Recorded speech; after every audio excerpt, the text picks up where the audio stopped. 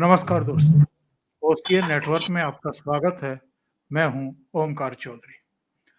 आज कुछ बुनियादी मुद्दों पर बातचीत करने जा रहे हैं और मेरे साथ जुड़ रहे हैं अनुपम मिश्रा जी। तो अनुपम जी को सीधे जोड़ लेते हैं और फिर जरा सीधे मुद्दे पर आ ही जाते हैं। अनुपम जी, बहुत स्वागत है आपका। नमस्कार। नमस्कार सर। नमस्कार। अनुपम जी, कुछ बड़े सवाल खड़े हो रहे हैं कि क्या भ्रष्टाचार और वंशवाद ये अब बड़े मुद्दे नहीं रह गए हैं, चुनावी मुद्दे नहीं रह गए हैं और जाति, समुदाय जो असल मुद्दे हैं एक्चुअल में मतदाताओं के सामने या किसी भी चुनाव में जो होने चाहिए, ये जाति और समुदाय ये दोनों भारी पड़ते हैं।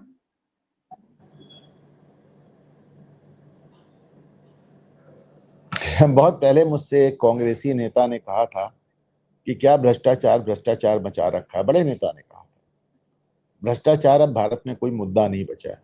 अच्छा देखिए, कुछ आयरनी ऐसी थी कि उन्होंने कहा और उसके तुरंत बाद ये 2G 3G और कॉमनवेल्थ ये सारे स्कैम एक एक करके आने लगे और ये कांग्रेस पर बहुत भारी पड़े। तो अपने अपने वोट बैंक की भी बात होती है साहब। जैसे कांग्रेस के वोट बैंक पे भ्रष्टाचार के मुद्दे भारी पड़े।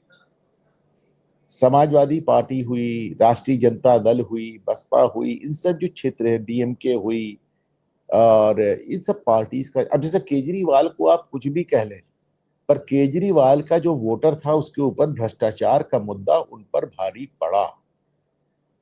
केजरीवाल के वोटर का केजरीवाल से मोहभंग हुआ। परंतु अगर आप सोचें कि राष्ट्रीय जनता दल के वोटर का मोहभंग हो जाएगा तो फिर वो गलतफहमी, वो एक देखिए, एक कास्ट नैरेटिव, एक जाति नैरेटिव इस तरह गढ़ दिया गया है कि जब आप कहते हैं कि साहब लालू यादव ने भ्रष्टाचार किया, उनको कोर्ट ने सजा सुनाई, तो कहते हैं जगन्नाथ मिश्रा ने किया था तो वो ठीक था, एक पिछड़ा कर लिया तो आपके पेट में दर्द होने लगा। अब इसका आपके पास क्या जवाब है? तो जबकि जगन्नाथ मिश्रा को भी सजा हुई थी, तो जगन्नाथ मिश्रा की राजनीति खत्म हो गई, लालू यादव की राजनीति पर इस मुकदमे से कोई फर्क नहीं पड़ा। तो अपने अपने वोटर की भी बात होती है साहब। केजरीवाल की राजनीति को झटका लगा, कांग्रेस की राजनीति को झटका लगा, पर यदि आप सोचें कि समाजवादी पार्टी का वोटर अखिलेश यादव से पूछेगा कि जिस खानदान में किसी ने आज तक एक पैसे का काम नहीं किया और जिसमें मुलायम सिंह जी एक प्राइमरी के टीचर ही थे, अगर वो आज कई हजार करोड़ का मालिक है तो कैसे है? तो ये संभव नहीं। लेकिन अनुपम जी, जो कन्विक्टेड है, कल मैं एक प्रेस कॉन्फ्रेंस देख रहा था रविशंकर प्रसाद की, क्योंकि प्रेस कॉन्फ्रेंस में तेजस्वी यादव ने एक बड़ी बेशर्मी की। उन्होंने कहा कि भ्रष्टाचार पर हमारा जीरो टॉलरेंस रहेगा। ये तेजस्वी यादव कह रहे हैं प्रेस कॉन्फ्रेंस में, भ्रष्टाचार पर हमारा जीरो टॉलरेंस रहेगा। तो रविशंकर प्रसाद की प्रेस कॉन्फ्रेंस में देख रहा था, उन्होंने कहा कि इनको पता है इनके पिताजी चारा घोटाले के 4 अलग-अलग केसों में कुल मिलाकर के 32 साल 5 महीने की सजा कोर्ट उनको सुना चुकी है और ये कहते हैं कि भ्रष्टाचार पर जीरो टॉलरेंस रहेगा। और उसके बाद तो रेलवे का घोटाला, आईआरसीटीसी का घोटाला इसी परिवार ने कर रखे हैं। तो जो कन्विक्टेड हैं या जिनके ट्रायल शुरू हो चुके हैं, चार्जशीट पेश हो चुकी है, वो इतने साहस या दुस्साहस के साथ या बेशर्मी के साथ इस तरह की बातें कैसे कर लेते हैं? या तो जनता को मूर्ख समझते हैं या अपने को बहुत सियाना समझते हैं। तेजस्वी यादव सिर्फ भ्रष्टाचार पे जीरो टॉलरेंस नहीं बता रहे थे। पहली बात तो देखें, तेजस्वी यादव खुद भी जमानत पर है। आप देखें, इसको इस तरह कंपेयर करें कि इतने लंबे राजनीतिक जीवन में नरेंद्र मोदी और अमित शाह पे एक ही आरोप लगा कि साहब आतंकवादी का एनकाउंटर करा दिया सोहराबुद्दीन का, और उसमें भी जब तक क्लीन चिट नहीं मिल गई तब तक अमित शाह ने किसी भी तरह के पद को ग्रहण नहीं किया। उसके पहले लालकृष्ण आडवाणी भी ये आदर्श प्रस्तुत कर चुके थे। हवाला मामले में, हवाला मामले में से नाम आ गया था और उन्होंने इस्तीफा दे दिया था और कहा था चुनाव ही नहीं लड़ूंगा जब तक नाम क्लियर नहीं होगा, और अगला चुनाव उन्होंने नहीं लड़ा था। अब आप देखें इन, और आरोप क्या है साहब? आरोप यह है कि एक आतंकवादी का एनकाउंटर कर दिया। स्टोरी क्या है? उस स्टोरी को उठाने वाले राजदीप सरदेसाई उसके 9 साल बाद कोर्ट में लिखित माफी मांग चुके हैं, कह चुके हैं कि कोई स्टोरी थी नहीं, मैंने मन से गढ़ी थी। तीस्ता सीतलवाड़ को सुप्रीम कोर्ट कह चुकी है जेल जाने योग्य है, मुकदमा चलाने योग्य है, और उसके बाद आज तक अमित शाह ने विक्टिम कार्ड नहीं प्ले किया। आज तक ये नहीं कहा कि मेरे साथ गलत हुआ, कोर्ट ने गलत। जस्टिस आफ्ताब आलम ने अमित शाह की जमानत होते हुए सू मोटो एक फैसला सुना दिया, जबकि उस समय गुजरात हाईकोर्ट में छुट्टी थी, और 2 साल तक अमित शाह को गुजरात में घुसने नहीं दिया। और दिल्ली में 1.5 कमरे में गुजरात भवन में पत्नी समेत पड़े रहे। पर आज तक आपने अमित शाह को इसका विक्टिम कार्ड प्ले करते देखा? नरेंद्र मोदी मुख्यमंत्री रहते हुए 7-7 घंटे आगे सीबीआई को बयान देते थे। लोगों ने उनसे पूछा कि साहब आपका विक्टिमाइजेशन हो रहा है, आपके साथ गलत हो रहा है, उनका कुछ गलत नहीं हो रहा है। सीबीआई का काम है सवाल करना, और एक जिम्मेदार नागरिक के तौर पे मेरा काम है उसको जवाब देना, और मैं दे रहा हूं। आज तक नरेंद्र मोदी ने कहा कि मेरा विक्टिमाइजेशन हुआ, मेरे साथ गलत हुआ। राहुल गांधी को सीबीआई से पूछताछ के लिए बुला लेती है तो कांग्रेस सीबीआई का दफ्तर घेर लेती है, ईडी का दफ्तर घेर लेती है। ममता बनर्जी सीबीआई के अधिकारियों को गिरफ्तार करवा लेती हैं, ईडी के अधिकारियों पर पत्थर चलवा देती है। सुप्रीम कोर्ट सिद्धारमैया और स्टालिन के मामलों में कहती है कि नहीं, उन्हीं लोगों ने गलती की है, वही लोग जांच करेंगे। जस्टिस गवाई के दोनों आदेश, ईडी को जांच करने तक की अनुमति नहीं। एक मोदी और अमित शाह को छोड़ दिया जाए तो इस देश का हर नेता भ्रष्टाचार के मामले में या तो आरोपित है या जमानत पर है, और या सजा याफ्ता है। तेजस्वी यादव कहते हैं कि वो फलाना जब घोटाला हुआ था तो मैं नाबालिग था। पहली बात तो अभी जो हाल का घोटाला जिसमें आपको जमानत लेनी पड़ी उसमें आप बालिग थे। दूसरा, क्या तेजस्वी यादव स्वयं से ये बात नहीं पूछते कि उन्होंने आज तक 1 रुपए का काम नहीं किया और दिल्ली में वो अरबों की कोठी में बैठे हैं? कहां से आई वो? न्यू फ्रेंड्स कॉलोनी में अरबों की कोठी है साहब। कह तो रहा हूं कि दिल्ली में अरबों की कोठी में बैठे हुए तेजस्वी यादव अपने आप से सवाल नहीं करते कि साहब मैंने तो जीवन में 1 रुपए का काम नहीं किया, मेरे नाम पे इतनी बड़ी बड़ी कोठियां कैसे हैं?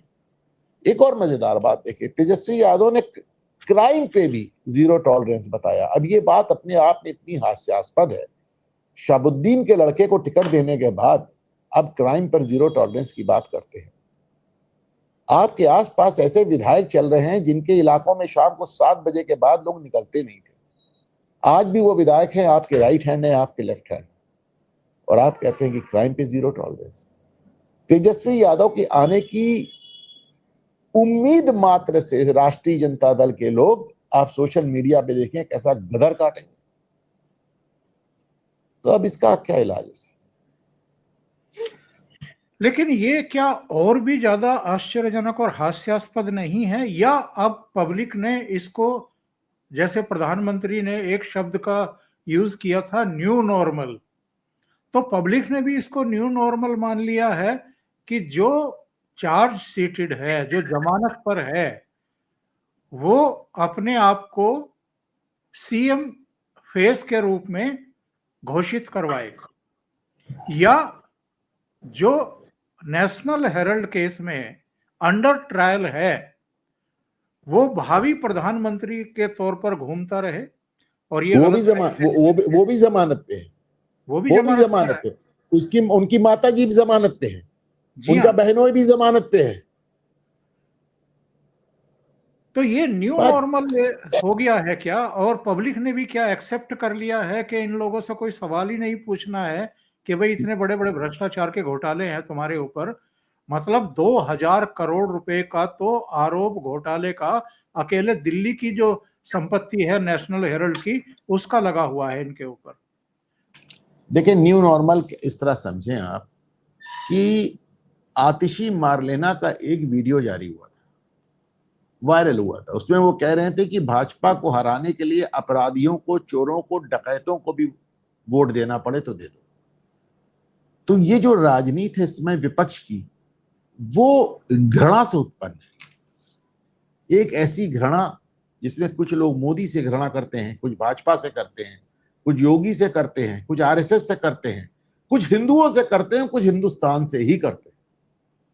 तो ऐसी घृणा से जो उत्पन्न राजनीति है, उसी का ये आतिशी मारलेना का वीडियो था कि आरएसएस को हराने के लिए, भाजपा को हराने के लिए चोर, डाकू, डकैत, जिसको वोट देना हो दो, बस इनको।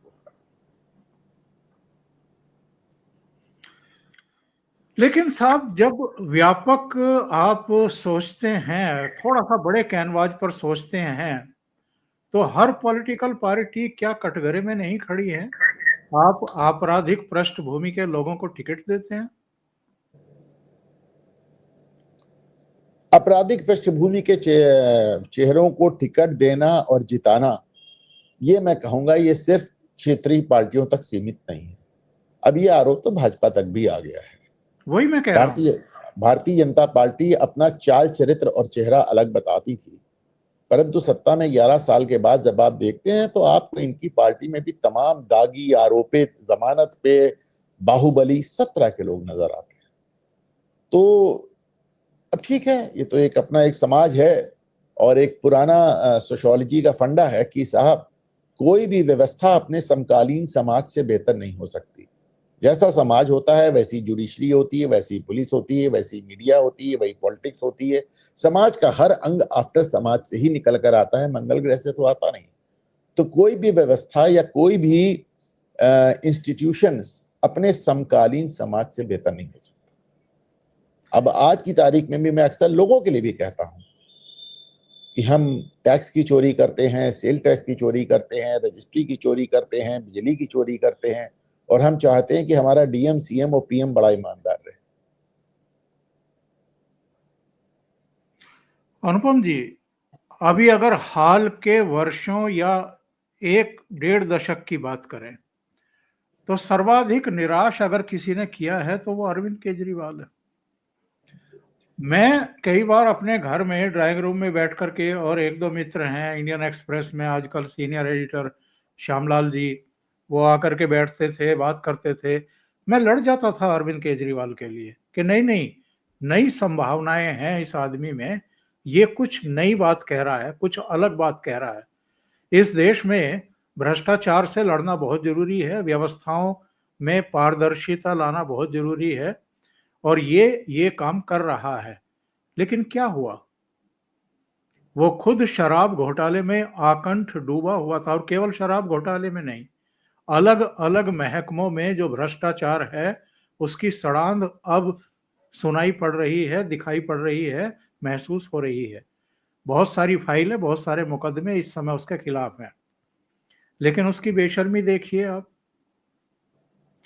तो इसलिए मैं कह रहा हूं, क्या ये न्यू नॉर्मल हो गया है, और क्या ये ऐसे ही चलेगा अब हिंदुस्तान में? देखिए, जहां तक हमें अरविंद केजरीवाल की बात है, मैंने तो 11 महीने उनको अपनी गाड़ी कमाई से चंदा दिया, तो मैं इसीलिए अरविंद केजरीवाल को लेकर कुछ ज्यादा ही क्रिटिकल हो जाता हूं। अरविंद केजरीवाल ने तो, जैसे सुदर्शन की कहानी थी हार की जीत, उसमें उन्होंने ऐसा भरोसा तोड़ा है कि साहब, अब दोबारा शायद किसी राजनीतिक पार्टी या राजनेता पर भरोसा कर पाना संभव नहीं होगा। लेकिन इन सब बातों से हटकर भी अगर आप देखें और 2 मिनट के लिए अपना घृणा का आदमी चश्मा उतार दे, तो कम से कम भ्रष्टाचार का कोई मामला आज सार्वजनिक जीवन में इतना लंबा समय बिताने के बाद प्रधानमंत्री नरेंद्र मोदी, गृह मंत्री अमित शाह, हमारे उत्तर प्रदेश के मुख्यमंत्री योगी आदित्यनाथ, हमारे रक्षा मंत्री राजनाथ सिंह, इन सब पे, किसी पे, यहाँ तक कि जिनको लेकर एक बवाल किया जा रहा है, गडकरी, उन पे, और या फिर राष्ट्रीय अध्यक्ष जेपी नड्डा, जेपी नड्डा से भी बहुत लोग नाराज होते हैं, लेकिन आप देखें ये तमाम नेताओं पे भ्रष्टाचार का तो कोई आरोप नहीं है। रेल मंत्री, आप सोचें, रेल का पहली बार मैं ऐसा रेल मंत्री देख रहा हूं जिस पे भ्रष्टाचार का कोई आरोप नहीं है। वित्त मंत्री पे भ्रष्टाचार का कोई आरोप नहीं है। कॉमर्स मिनिस्टर पे कोई आरोप नहीं है। पीयूष गोयल पे आरोप नहीं है। अश्विनी वैष्णव पे आरोप नहीं है। तो निर्मला सीतारमण पे आरोप नहीं है। कानून मंत्री पे नहीं है। तो आप देखिए, विदेश मंत्री पे नहीं, तो भ्रष्टाचार के आरोप तो साबित सरकार में नहीं है। अमेरिकी सीनेट में आज से 4 साल पहले या 5 साल पहले एक रिपोर्ट पेश हुई थी। उसमें उन्होंने कहा था कि साहब, भारत के जो मिनिस्टेरियल लेवल है, जो भारत का मंत्रालय का स्तर है, वहां पर भ्रष्टाचार बिल्कुल नहीं है। अब नीचे की बात अलग है। तो अब भाई मानने की बात है। बाकी मैं लगता हूं, मुझे याद नहीं आता ओंकार जी कि कोई सरकार अपने तीसरे टर्म में हो और उसके ऊपर आप चिल्लाते रहिए अडानी अंबानी, अडानी अंबानी चिल्लाते रहिए, पर व्यक्तिगत भ्रष्टाचार का देखिए भाई, ये तो हम पूंजीवाद की तरफ 91 में ही टर्न हो चुके थे। अभी आप देखिए, ब्रिटेन के प्राइम मिनिस्टर आए थे और अपने साथ 125 उद्योगपतियों को लेकर आए थे। तो हर देश के प्रधानमंत्री, हर देश के नेता का ये दायित्व है, फर्ज है कि जब आप विदेश जाएं तो अपने उद्योगपतियों को पूरी दुनिया में पैर पसारने का आप अवसर प्रदान कराएं। दुनिया का फ्रांस के राष्ट्रपति आए थे, अपने साथ कितना बड़ा प्रतिनिधि मंडल लेके आए थे, जिसमें 90% लोग बड़े बड़े बिजनेस हाउसेस थे। तो आप ये अडानी अंबानी कुछ भी कहने पर हकीकत ये है कि मोदी सरकार अपने तीसरे टर्म में है। मुझे याद नहीं आता नेहरू से लेकर मोदी तक कोई और ऐसा नेता हो जिसके ऊपर इसके बाद कोई भ्रष्टाचार के कोई स्कैंडल सामने नहीं आया। यहां तक कि नेहरू का भी जीप स्कैंडल आ गया था, बहुत जल्दी आ गया था जीप स्कैंडल। तो न्यू नॉर्मल आप कोई भी कह ले, लेकिन हकीकत यह है कि भारतीय जनता पार्टी, नरेंद्र मोदी की सरकार अपने 12वें साल में जाने वाली है और इसके ऊपर अभी तक भ्रष्टाचार के आरोप तो नहीं है। 8 साल से ऊपर हो गया है, योगी आदित्यनाथ की सरकार है, भ्रष्टाचार का आरोप नहीं। अभी आपने एक वक्तव्य देते हुए कहा कि कुछ लोग हिंदू विरोधी हैं और कुछ लोग हिंदुस्तान विरोधी भी हैं। इस पर हम लोग पहले भी वैसे चर्चा कर चुके, लेकिन फिर से करना जरूरी है क्योंकि विषय आज का ऐसा ही है। ये लोग नक्सलवाद का, परोक्ष रूप से आतंकवाद का, अलगाववाद का, ऐसे तत्वों का समर्थन करते हैं जो रेड हैंडेड देश विरोधी गतिविधियों में लिप्त पाए गए, गिरफ्तार किए गए और जिनको एनएसए में उठा करके जेल में डाला गया। ऐसे लोगों का समर्थन आप कैसे कर सकते हैं? मैं थोड़ा सा इसमें संशोधन करना चाहूंगा। आपने एक बात कही कि परोक्ष रूप से समर्थन करते हैं। ये परोक्ष रूप क्या है? कम्युनिस्ट पार्टी ऑफ इंडिया ने बाकायदा स्टेटमेंट, लिखित स्टेटमेंट जारी करके कहा कि साहब, नक्सलवादियों के खिलाफ कार्रवाई रोक दी जानी चाहिए, नक्सलवादियों की शर्तें मान लेनी चाहिए। बिहार में चुनाव हो रहा है, दीपांकर भट्टाचार्य का मैं इंटरव्यू देख रहा था, वो कह रहे थे मैं तो आज भी नक्सलवादियों के साथ खड़ा हूं। तो ये परोक्ष कहां है? ये तो प्रत्यक्ष नहीं, डंके की चोट पे समर्थन है। वो तो कोई माओवादी कह रहा है अपने को, कोई मार्क्सवादी कह रहा है, कोई लेनिनवादी कह रहा है, वो तो खुलेआम डंके की चोट पे समर्थन है साहब। एकेडेमिया से इतना बड़ा समर्थन आ रहा है, एनजीओ के बहाने समर्थन आ रहा है, वो तो आपको सब नजर आ रहा है, एकदम साफ है। तो दूसरी बात, सिर्फ नक्सलवाद का क्यों, आप तो आतंकवादियों का भी समर्थन करते हैं। आपके यहाँ तो आतंकवादी प्रधानमंत्री कार्यालय में बैठते थे, डिनर करते थे और गिफ्ट लेके जाते थे। आप तो कमाल कर रहे हैं साहब, मैं क्या कहूं। मतलब मुंबई हमले को आपने आरएसएस पे थोपने का प्रयास किया। अखिलेश यादव की सरकार ने 2 दर्जन आतंकवादियों से मुकदमे ही वापस ले लिए, और ये वो आतंकवादी थे जिन्होंने लखनऊ में, बनारस में, मथुरा में बॉम्ब ब्लास्ट किए थे जिसमें लोग मारे गए थे। इलाहाबाद हाईकोर्ट ने उनके डिसीजन को रोकते हुए कहा अखिलेश यादव से, क्या अब आप इनको पद्मश्री देना चाहते हैं? इसमें परोक्ष समर्थन कहां है साहब? डंके की चोट पे है। इलाहाबाद हाईकोर्ट पूछ रहा है कि क्या आप आतंकवादियों को पद्मश्री ही देना आपका रह गया बस? तो इसमें कहीं कोई लुका छुपा समर्थन तो है ही नहीं भाई। लालू यादव आज अगर तेजस्वी यादव शाहबुद्दीन के लड़के को टिकट दे रहे हैं, इसके पहले लालू यादव शाहबुद्दीन को टिकट देते थे। और आपको याद होगा लालू यादव ने ओसामा बिन लादेन, दुनिया के सबसे खतरनाक आतंकवादी का एक हमशक्ल बैठाया था अपने साथ पब्लिक रैलीज में, उनको लेकर टहलते थे। वो ओसामा बिन लादेन को लेकर टहलते थे, चुनाव प्रचार करते थे। इसमें कोई भी चीज परोक्ष कहां है? ये तो खुली नंगी डंके की चोट पे। एक और पहेली है साहब, इसको सुलझाइए। हम जानते हैं इनकी ग्रंथि क्या है।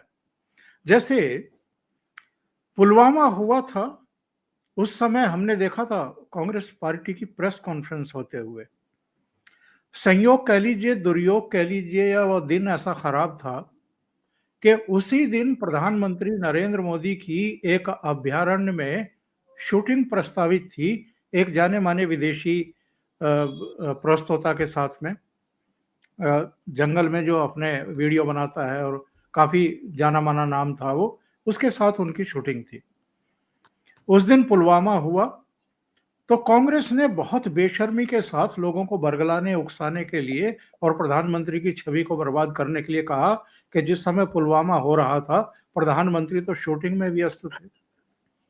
उसके बाद फिर वहां के जो राज्यपाल रहे सत्यपाल मलिक, उनको भी टूल बनाने की कोशिश की गई, उनसे भी प्रधानमंत्री के खिलाफ बयानबाजी करवाई गई। अभी पहलगाम में जो जेनोसाइड हुआ, उसके बाद कांग्रेस की तरफ से लगातार आक्रमण किए जा रहे थे प्राइम मिनिस्टर पर। कब जवाब देंगे आप पाकिस्तान को?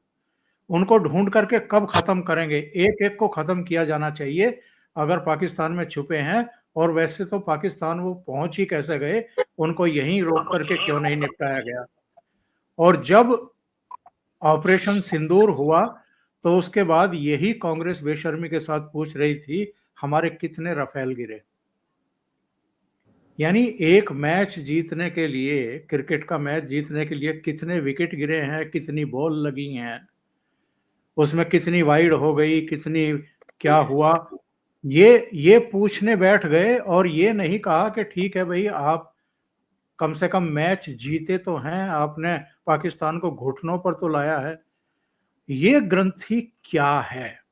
क्या ये पब्लिक को बेवकूफ समझते हैं कि जो उन्होंने देखा है पाकिस्तान का हश्र होते हुए, 9 आतंकवादी ठिकानों को नेस्तनाबूद होते हुए और उसको घुटनों पर आते हुए देखा है, और अमेरिका की भी बौखलाहट देखी है, क्योंकि उनके 2 ऐसे जगहों पर जहां उनके एसेट्स रखे हुए थे, वहां पर भी भारतीय सेना ने वार किया था।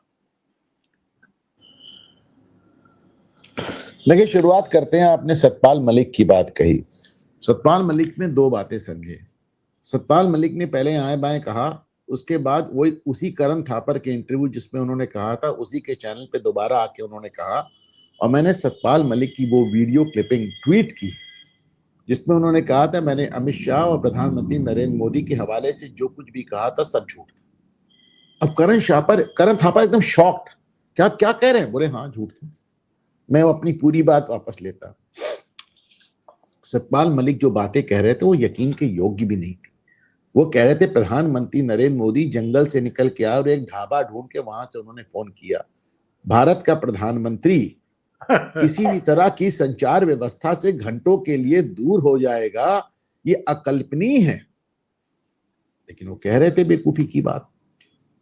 जहां तक कांग्रेस का सवाल है, आप ट्रंप से बात करें तो नाराज, आप मिलने ना जाएं ट्रंप से तो नाराज, आप ट्रंप की बात माने तो नाराज, नहीं ना माने तो नाराज। आपने अभी पुलवामा, आप उनका पहलगाम का हवाला दिया। पहलवान के आतंकवादियों को जब मार दिया गया तो उन्होंने कहा तो वो आतंकवादी ही नहीं थे।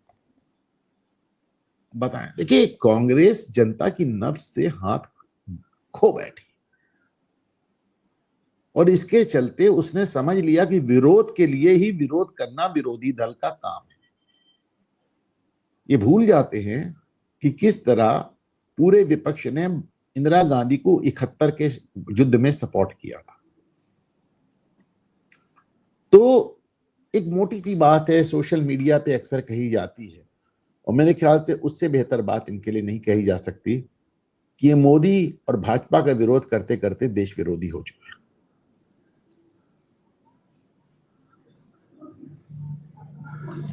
डोनाल्ड ट्रंप ने चिढ़ करके डेड इकोनॉमी बताया भारत को, और इतनी बेशर्मी दिखाई कि उसके भारत के कई महानगरों में ट्रंप टावर खड़े हुए हैं, और वो हमसे ट्रेड डील करने के लिए मरा जा रहा है। प्रधानमंत्री 75 साल के हुए तो बर्थडे विश किया, अभी दिवाली आई तो दिवाली की ग्रीटिंग्स दी, और फिर फोन किया। उनको कनाडा से वॉशिंगटन बुला रहे थे कि आप होते हुए निकल जाइए, प्राइम मिनिस्टर नहीं गए, क्योंकि इतनी बयानबाजी कर चुके थे तब तक वो पीस नोबेल का पीस प्राइज लेने के लिए, कि उन्होंने सारी हदें और सारी कूटनीतिक मर्यादाएं ध्वस्त करके रख दी थी। तो प्रधानमंत्री काफी नाराज थे। फिर उन्होंने शर्म एल शेख बुलाने की कोशिश की कि साहब 20-22 देश इकट्ठा हो रहे हैं, गाजा पीस समिट हो रही है, आप आ जाइए। मोदी जी नहीं गए, बल्कि जयशंकर को भी नहीं भेजा, वहां एक विदेश राज्य मंत्री को भेज दिया। वो यूएन भी नहीं गए, असेंबली को संबोधित करना था, जयशंकर को कहा कि आप चले जाओ। अभी आसियान समिट हो रहा है मलेशिया में, वहां ट्रंप आ रहे हैं, मोदी जी वहां भी नहीं जा रहे हैं। क्या ये नहीं समझते हैं कि भारत का स्टैंड क्या है या मोदी जी का स्टैंड क्या है?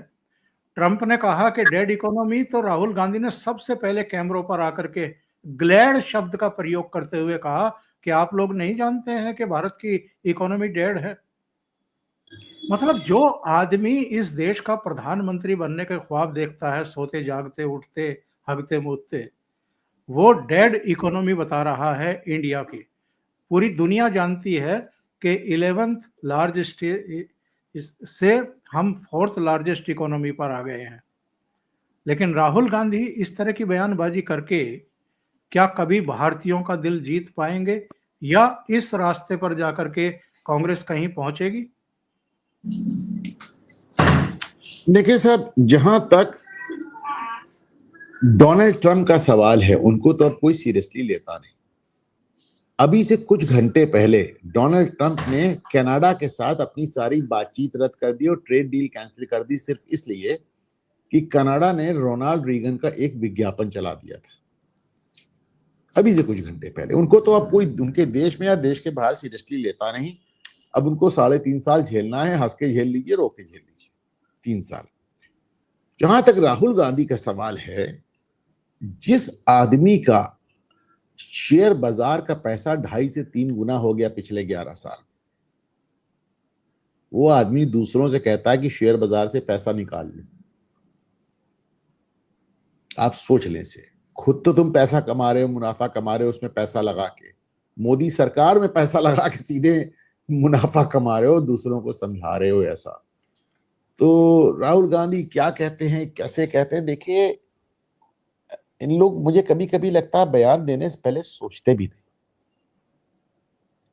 आप अपने देश, अभी इस बार धनतेरस पे और दिवाली पे जो शॉपिंग हुई है उसने दुनिया भर के रिकॉर्ड तोड़ दिए, दुनिया भर के रिकॉर्ड तोड़ दिए। कारों की बुकिंग ने, शॉपिंग ने, आपने देखा कैसा हुआ है। 6 लाख करोड़ से ज्यादा का बिजनेस एक ही दिन में हुआ सर। जिस समय अमेरिका हमारे ऊपर 50% टैरिफ लगा रहा है, उस समय हमारी जो ग्रोथ रेट है वो दुनिया में सबसे ज्यादा है। हम चौथे से तीसरे नंबर की इकोनॉमी बनने की तरफ अग्रसर हैं। उत्तर प्रदेश, जिसको बीमारू राज्य कहा जाता था, आज वो देश की दूसरी बड़ी अर्थव्यवस्था है। तो ये सब सिरे से कोई आदमी अगर डिनाई ही कर दे, और कुछ लोग इस बात के लिए तैयार बैठे हैं कि आप कितना भी झूठ बोलिए हम उसको स्वीकार करेंगे। सबको मालूम राहुल गांधी झूठ बोल रहे हैं, पर मैंने कहा ना कि उन्हें कोई फर्क नहीं पड़ता कि राहुल गांधी झूठ बोल रहे हैं, क्योंकि कुछ लोग हैं जो भाजपा से नाराज हैं, कुछ मोदी से नाराज हैं, कुछ आरएसएस से नाराज हैं, कुछ हिंदुओं से नाराज हैं, कुछ हिंदुस्तान से ही नाराज हैं। तो उन्हें कोई फर्क नहीं पड़ता राहुल गांधी के वोटर को कि आप झूठ बोल रहे हैं या सच बोल रहे हैं। आप इसे देखिए कि लोग के अपने वोट बैंक फिट हैं। भारतीय जनता पार्टी कहीं भी चुनाव लड़ती तो 1% उसको अपना वोट बैंक बनाना पड़ता है। ममता बनर्जी 32-33 से शुरुआत करती, तेजस्वी यादव 19-20 से शुरुआत करते हैं, और यादवों को भी जोड़ लीजिए 30-31 से जो शुरुआत करते हैं। अखिलेश यादव 27-28 से शुरुआत करते हैं। तो एकदम फिक्स वोट बैंक हो गया है सबका अपना अपना। तो उनको फर्क नहीं पड़ता कि आप सच बोल रहे हो, गलत बोल रहे हो, बल्कि वो तो झूठ बोलने में आपका साथ देते हैं सोशल मीडिया में। बड़ी दुर्भाग्यपूर्ण स्थिति है सर। क्या राहुल गांधी अपनी हार से कोई सीख लेते हैं? क्योंकि तीसरा लगातार लोकसभा चुनाव हारे, 90 से ज्यादा विधानसभा चुनाव हार चुके, 2 राष्ट्रपति चुनाव हार चुके, 3 उपराष्ट्रपति चुनाव हार चुके, 3 बार लोकसभा स्पीकर का चुनाव हार चुके। मेरे ख्याल से सेंचुरी तो लग गई। इसके बावजूद जब भी नए राज्य में चुनाव आता है, ये ऐसे मुद्दे उठाते। एसआईआर का विरोध, क्या मतलब है उसका? क्या कोई तर्क था? अच्छा, वोट चोरी का आरोप लगाना और प्रधानमंत्री के खिलाफ सोशल मीडिया मंचों पर भी और वैसे भी एक मुहिम चलाना कि ये वोट चोरी करके प्रधानमंत्री बने हैं, क्या लोगों के गले के नीचे उतरता है? या प्रधानमंत्री पर अटैक करने के चक्कर में ये जो लोकल मुद्दे होते हैं राज्यों के, क्योंकि विधानसभा चुनाव है, आप उनकी अनदेखी करके अपने सहयोगियों की भी संभावनाओं को क्षीण कर देते हैं। इसलिए तेजस्वी को अलग से एक यात्रा निकालनी पड़ गई। यानी आप लोकसभा चुनाव के बाद 5 राज्यों के चुनाव हार चुके हैं। 3 राज्यों के चुनाव भाजपा जीत चुकी, 1 की नेशनल कॉन्फ्रेंस, 1 हेमंत सोरेन जीत चुके, और बिहार में भी आप इन हारों से कोई सीख लेने को तैयार नहीं है। देखिए, 2 बातें, एक तो हुई सीख, एक हुई शर्म। तो 6 पुश्तों से तानाशाह हैं, तो 6 पुश्तों के डायनेस्ट हैं, तो उनको लगता नहीं कोई इस लायक है जो उनको सिखा सके। यहां तक शर्म आने की बात है, मुझे लगता है 100 चुनाव हारते हारते किसी की भी शर्म समाप्त हो जाती है। पाकिस्तान को देख लें, दुनिया के सारे युद्ध हारा है, बाहर भी हारा है, घर में भी हारा है। उसके घर के चौथाई पाकिस्तान उसके कब्जे से निकल चुका। टीटीपी अलग है, बलोच लिबरेशन आर्मी अलग है, पीओके में अलग है, अफगानिस्तान उसको अलग पीटता है, भारत से अलग पीटता है, और उसके बाद फील्ड मार्शल का तमगा अलग ले लेता है। तो एक बार जब आप काफी हार लेते हैं ना, तो फिर वो दर्द खत्म हो जाता है और बेशर्मी का एक आवरण आ जाता है आपके सामने। एक बेशर्मी है। अरविंद केजरीवाल को देख लीजिए, जहां जाते हैं वहां वो सीधे बताते हैं, आईबी से मुझे रिपोर्ट आई है कि मैं 2/3 बहुमत से आ रहा हूं, और सब जगह उनकी जमानत जब्त हो जाती है। तो तो जहां तक सीख का सवाल है, मुझे नहीं लगता है कि राहुल गांधी किसी को इस योग्य समझते हैं कि 6 पुश्तों के राजा को आप कुछ सिखा सकें। और जहां तक शर्म का सवाल है, मुझे लगता है आप और हम भी होते, और 100 चुनाव हारे होते तो शर्म आनी तो बंद हो ही गई होती। और आखिर में ये जरूर जानना चाहूंगा कि नरेंद्र मोदी की ऐसी कौन सी गलती है सर? हालांकि वो एक बार लंदन में उन्होंने कहा था, प्रसून जोशी शायद एंकरिंग कर रहे थे, उन्होंने कहा था कि मैं रोज 1-2 किलो गालियां खाता हूं, मेरी सेहत का राज यही है। तो उनको तो जितनी गालियां पड़ती हैं उनको फलीभूत होती हैं, और वो और ज्यादा लोकप्रिय होते हैं, और जनता और ठुक करके उनके साथ खड़ी होती है। लेकिन जो प्राइम मिनिस्टर, जो आदमी 24/7 बाई 365 डेज लगातार काम ही कर रहा हो, कोई छुट्टियां ना ले रहा हो, और राष्ट्र को ही समर्पित हो, अपनी संस्कृति को ही समर्पित हो, विरासत को पुनर्स्थापित और पुनर्प्रतिष्ठापित कर रहा हो, उसको रोज गालियां बकना उठ करके, अपने प्रवक्ताओं के द्वारा गालियां बकवाना, ये क्या इनकी समझ में नहीं आ रहा है कि आप लगातार रॉन्ग नंबर डायल कर रहे हैं? देखिए, आपके सवाल में ही आपका जवाब छुपा हुआ है। आप कह रहे हैं कि नरेंद्र मोदी इतने लंबे समय से, कई दशकों से उन्होंने एक छुट्टी नहीं ली, 24 घंटा काम करते रहते हैं वगैरह वगैरह वगैरह। किस लिए करते हैं? देश की प्रगति के लिए करते हैं। पर इस देश में एक बहुत बड़ी जनसंख्या ऐसी भी है जो इस देश की प्रगति चाहती ही नहीं। वो इस देश को हारता हुआ देखना चाहती है, उस देश को पिटता हुआ देखना चाहती है, इसकी इकोनॉमी को डेड देखना चाहती है, उसको पाकिस्तान चीन से पिटते हुए देखना चाहती है, उसको डोनाल्ड ट्रंप के आगे सरेंडर करते हुए देखना चाहती है। तो उसको नरेंद्र मोदी का ये कार्य क्षमता और नरेंद्र मोदी का ट्रैक रिकॉर्ड और नरेंद्र मोदी का जो उन्होंने जो नतीजे दिए उसको चिढ़ाता है, पसंद नहीं आता, उसको ही चिढ़ाता है। ये हमारा दुर्भाग्य है कि इस देश में एक अच्छी संख्या ऐसे लोगों से है जो इस देश को जीतते देखना ही नहीं चाहते, तो उन्हें नरेंद्र मोदी का काम क्यों पसंद आए। दर्शकों से निवेदन है कि अगर आपको ये कार्यक्रम अच्छा लगा है तो लाइक करें, इस वीडियो को फॉरवर्ड करें, अपने मित्रों को शेयर करें। इसके अलावा चैनल अभी तक अगर आपने सब्सक्राइब नहीं किया है तो सब्सक्राइब जरूर कर लें। अनुपम मिश्रा जी का घूमता आईना चैनल, उसको भी सब्सक्राइब करें, उनको सहयोग करें। अनुपम जी, बहुत बहुत धन्यवाद जुड़ने के लिए, इतना समय निकालने के लिए और महत्वपूर्ण मुद्दों पर चर्चा करने के लिए। Thank you so much. Thank you.